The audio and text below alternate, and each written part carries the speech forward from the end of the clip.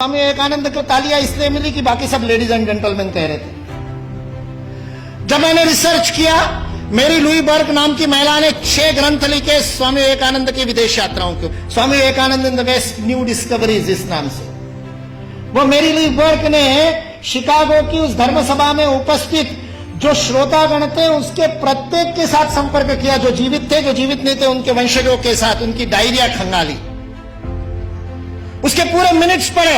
और उसके बाद में वो कहती है स्वामी विवेकानंद पहले व्यक्ति नहीं थे, चौथे व्यक्ति थे। उनसे पहले 3 लोगों ने ब्रदर्स एंड सिस्टर्स नाम का संबोधन किया था। श्रीलंका से एक बौद्ध साधु गए थे, धम्मपाल अंगीकारा, उन्होंने किया था। एक बौद्ध भिक्खु जापान से आए थे, उन्होंने भी यही बंधु और भगिनी वाला संबोधन किया था। और तीसरे प्रताप चंद्र मुजुमदार थे, जो भारत से ही गए थे, थियोसॉफिकल सोसाइटी के प्रतिनिधि थे, उन्होंने भी किया था। स्वामी विवेकानंद चौथे थे। उस सभागृह ने पहले 3 बार वो संबोधन सुना था, उसके बावजूद नाविन्य के कारण तालियां नहीं बजी थी 2.5 मिनट तक। उसके बावजूद 2.5 मिनट तक तालियां बजी, क्योंकि वहां खड़े हुए व्यक्ति के अंदर वह भातृत्व का, वह बंधुत्व का, वह अपनत्व का, वह आत्मीयता का, मेरा कोई है, इस प्रकार का बोध उस वाणी के माध्यम से श्रोताओं के साथ जुड़ा था। सुभाष चंद्र बोस बहुत जबरदस्त वक्ता थे, मुर्दे को जगा दिया उन्होंने। अपनी पूरी आजादी सेना युद्धबंदियों में से तैयार की थी। हारे हुए युद्धबंदियों के कैदियों के बीच में ऐसे प्राण फूंकते कि आजाद हिंद सेना की स्थापना हो जाए। वो सुभाष चंद्र बोस कहते हैं, आज स्वामी विवेकानंद जीवित होते तो उनके पैरों में मैं बैठा होता। उस सुभाष चंद्र बोस को किसी ने पूछा कि स्वामी विवेकानंद के शब्दों का असर क्यों हुआ, तो उन्होंने अपनी वो कवित्वमय वक्तृता में कहा था, जो बात होठों से बोली जाती है होठों तक पहुंचती है, जो बात गले से बोली जाती है मेरे जैसे चिल्ला चिल्ला के वो गले तक पहुंचती है, कभी कभी गले उतर भी जाती है, लेकिन हृदय तक वही बात पहुंचती है जो हृदय से कही जाती है। और स्वामी विवेकानंद के शब्द हृदय से कहते हैं।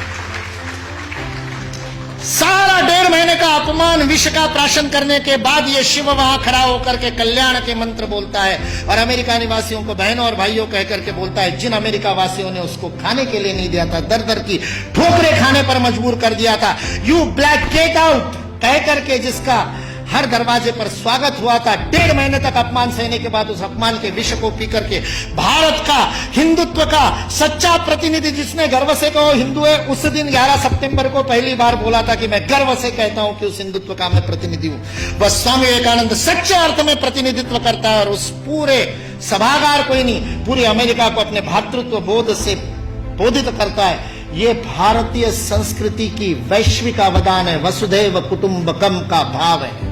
हमारे यहां किसी भी सामूहिक गतिविधि का सर्वोच्च आदर्श परिवार है।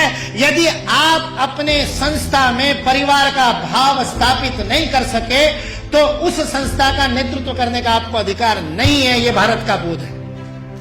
मैं कहता हूं ये कुछ नहीं बिगाड़ सकते, ये विकृति फैलाने वाले कुछ नहीं बिगाड़ सकते, क्योंकि इस देश का समाज जीवंत समाज, और जो शरीर जीवंत होता है उसके नाक में धूल का कण जाता है तो छींक मार करके भगा देता है। भारत ने भी छींक मार दी तो भाग गए बेचारे, कहां जाएंगे। और आज जिस बात के ऊपर हंसते थे, उन सारी बातों को स्वीकार करने के लिए विश्व मजबूर है, विवश है। एंगस मेडिसन नाम के एक अर्थशास्त्री को काम दिया गया सन 2000 में। जिस कालगणना की आप दोनों ने बात की, उस कालगणना में 1000 की गिनती बड़ी महत्वपूर्ण थी, क्योंकि बाइबल में लिख दिया कि 1000 वर्ष जब पूरे हो जाएंगे तो मिलेनियम पूरा होगा। और मिलेनियम का बाइबलिकल अर्थ है कि उस दिन वापस आएगा क्राइस्ट, और उसके बाद में सबका जजमेंट होगा और सबको कौन किसने पास में बैठेगा वो तय होगा, और जिसने नहीं माना होगा उन सबको जहन्नुम में भेज दिया जाएगा। 1000 साल बाद हुआ नहीं तो सबको लगा 2000 साल बाद होगा। इसलिए 2000 बड़ा महत्वपूर्ण वर्ष था। बहुत सारे सम्मेलन हुए सारी दुनिया में, और उन सम्मेलनों के बीच में दुनिया के सर्वाधिक विकसित देशों का जो संगठन है OECD, organisation for economic cooperation and development, जिसके लिए विश्व के सर्वाधिक GDP वाले पहले 7 थे, अब 15 हो गए, 16 हो गए देशों का वह संगठन था। उस OECD ने सन 2000 में एंगस मेडिसन नाम के अर्थशास्त्री को यह काम दिया कि वो विश्व का आर्थिक इतिहास लिखे। और चूंकि उनकी गणना, उनकी हिस्ट्री 0 ईस्वी से शुरू होती है, तो एंगस मैडिसन को भी काम दिया 0 ईस्वी से 2000 ईस्वी तक 2000 वर्ष का आर्थिक इतिहास लिख दीजिए। उस पुस्तक का नाम है economic history of the world millennial perspective by Angus Maddison. OECD.org इस वेबसाइट से आप डाउनलोड कर सकते हैं। 2000 वर्ष का आर्थिक इतिहास लिखा है एंगस मैडिसन ने। और वह एंगस मैडिसन कहता है कि पहले 1500 वर्ष 0 ईस्वी से लेकर के 1490 तक 99 तक सारे विश्व के जीडीपी में लगभग 2/3 66% योगदान देने वाला देश कोई था तो वो भारत देश था।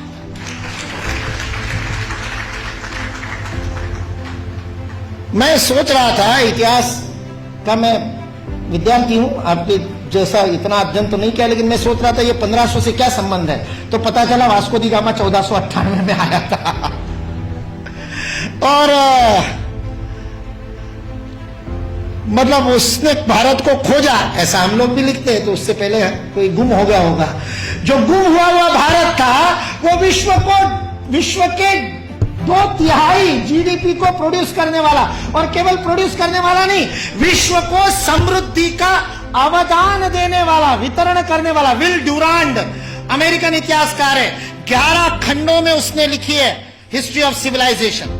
वह विल ड्यूरांड लिखता है सारे विश्व को संपदा का वितरण करने वाला कोई देश होगा तो वह देश भारत देश है। वितरण शब्द प्रयोग किया है, लेन देन नहीं, वितरण करने वाला देश। सारे दुनिया में हमारे व्यापारी जाते थे। वो वास्को दी गामा को भी हमारे ये गुजरात का व्यापारी, वास्को दी गामा ने अपनी डायरी में लिखा है, वो गुजरात का व्यापारी पानी के जहाज लेकर के उसको मिला साउथ अफ्रीका में।